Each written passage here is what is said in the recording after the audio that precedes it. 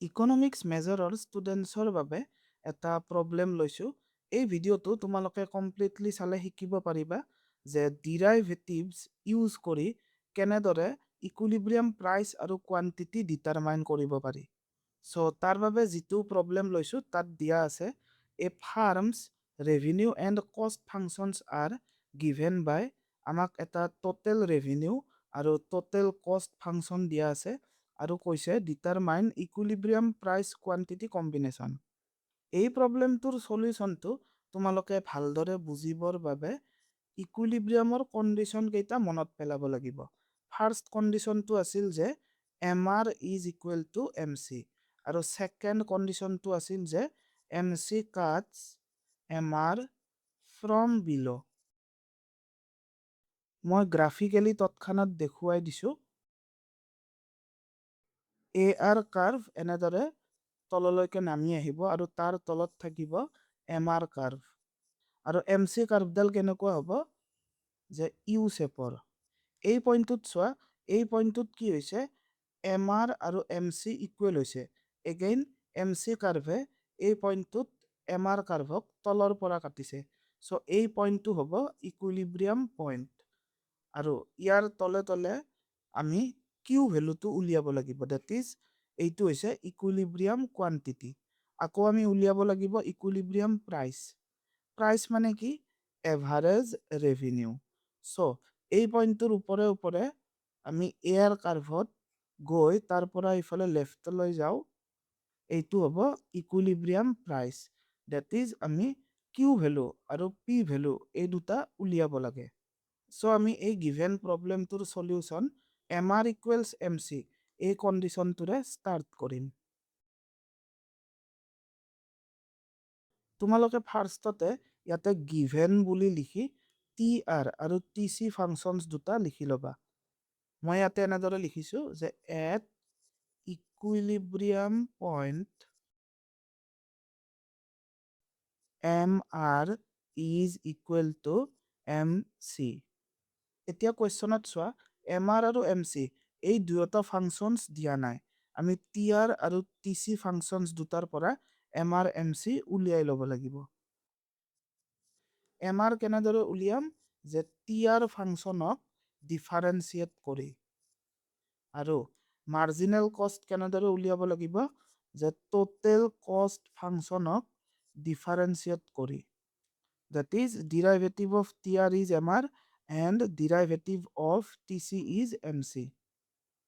So given TR function to differentiate কৰিব লাগিব। TR কিমান দিয়া আছিল 29Q minus 3Q squared।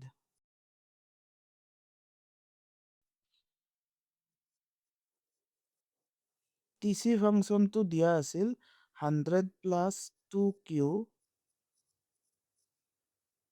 minus 6Q squared plus 1/3Q cubed। এতিয়া ইয়াৰ ডিৰাইভেটিভ উলিয়াব লাগিব। 29Qৰ ডিৰাইভেটিভ 29 মাইনাছ 3Q স্কুৱেৰডৰ ডিৰাইভেটিভ 6Q। এইফালে আহা 100ৰ ডিৰাইভেটিভ 0 দেন প্লাছ 2Qৰ ডিৰাইভেটিভ 2 মাইনাছ 6Q স্কুৱেৰডৰ derivative 12Q plus 1/3Q cubed. ইয়াৰ ডিৰাইভেটিভ কিমান হ'ব 3 into 1/3 that is 1 then q পাৱাৰত 1 কমি যাব। এতিয়া এই ইকুৱেশ্যনটোৰ পৰা আমি কিউৰ ভেলু উলিয়াব লাগিব। এতিয়া ইয়াতে কিউ য'ত য'ত আছে সিহঁতক ছেপাৰেট কৰা। কিউ স্কুৱেৰ এইফালে আনো minus Q square then plus 12Q minus 6Q equals to minus 29। এইখিনিৰ ভেলু কিমান হ'ব যে minus Q square 12Q minus 6Q equals minus 27। Minus 27ক এইফালে আনা ইকুৱেলছ 0। ইয়াতে আগত মাইনাছ চিম্বল আছে আমি কি কৰিব পাৰো যে গোটেইকেইটা চিম্বলছ চেঞ্জ কৰি দিব পাৰো। So q squared minus 6 cube minus 27. এতিয়া দুটা নাম্বাৰ ভাবা যি দুটা মাল্টিপ্লাই কৰিলে -27 পাম, কিন্তু প্লাছ কৰিলে আকৌ -6 পাম। কিমান হ'ব যে 9 আৰু 3। 9 আৰু 3 আমি মাল্টিপ্লাই কৰিলে 27 পাম, আৰু 9 আৰু 3 ডিফাৰেন্স কিমান 6। যেহেতু 6ৰ আগত মাইনাছ চিম্বল আছে, চ' ইয়াতে 9ৰ আগত যদি মাইনাছ চিম্বল দি দিওঁ তেতিয়া কিমান হ'ব চোৱা, -9 প্লাছ 3 -6, আকৌ -9 into plus 3 -27, so' -9 cube plus 3 cube -27 equals 0. q into q -9 plus 3 q -9.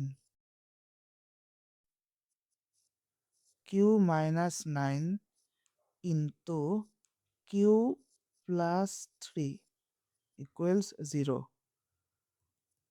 Therefore, q -9 equals 0 and q plus 3 equals 0. So, আমি q দুটা ভ্যালু পাম।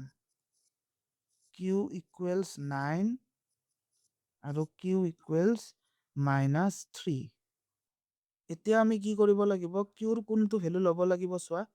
q মানে এইটো প্ৰবলেমত কি বুজাইছে যে আউটপুট বা কোৱান্টিটি। কোৱান্টিটি কেতিয়াও নিগেটিভত নহয়। সো আমি ধৰিব লাগিব q is equal to 9. Since output cannot be less than 0, so q is equal to 9.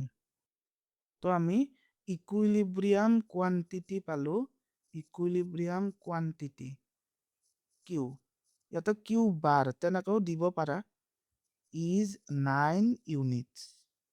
এতিয়া উলিয়াব লাগিব ইকুইলিব্রিয়াম প্রাইস, কারণ কোয়েশ্চনত আমাক কৈ দিছে determine equilibrium price quantity combination. Quantity পালো 9 ইউনিটস, এতিয়া প্রাইস উলিয়াব লাগে। ইকুইলিব্রিয়াম প্রাইস এতিয়া কেনেদৰে উলিয়াব লাগিব,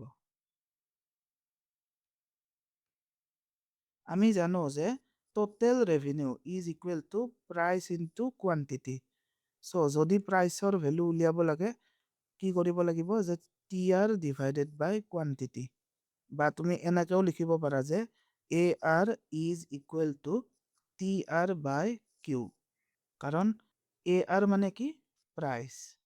সো এইখিনি লিখাৰ আগতে তুমি এনেদৰে লিখি ল'ব লাগিব যে we know that price is equal to AR is equal to TR by Q. That means আমি AR বা price function উলিয়াব যাই আছো। TR কিমান দিয়া আছিল 29Q minus 3Q squared divided by Q. 29Q by Q, 29 minus 3Q squared by Q, 3Q. When output Q is 9 units, তেতিয়া price কিমান হ'ব, ইয়াতে Qৰ ঠাইত 9 বহাই দিয়া, 29 minus 3 into 9, 29 minus 27 equals 2.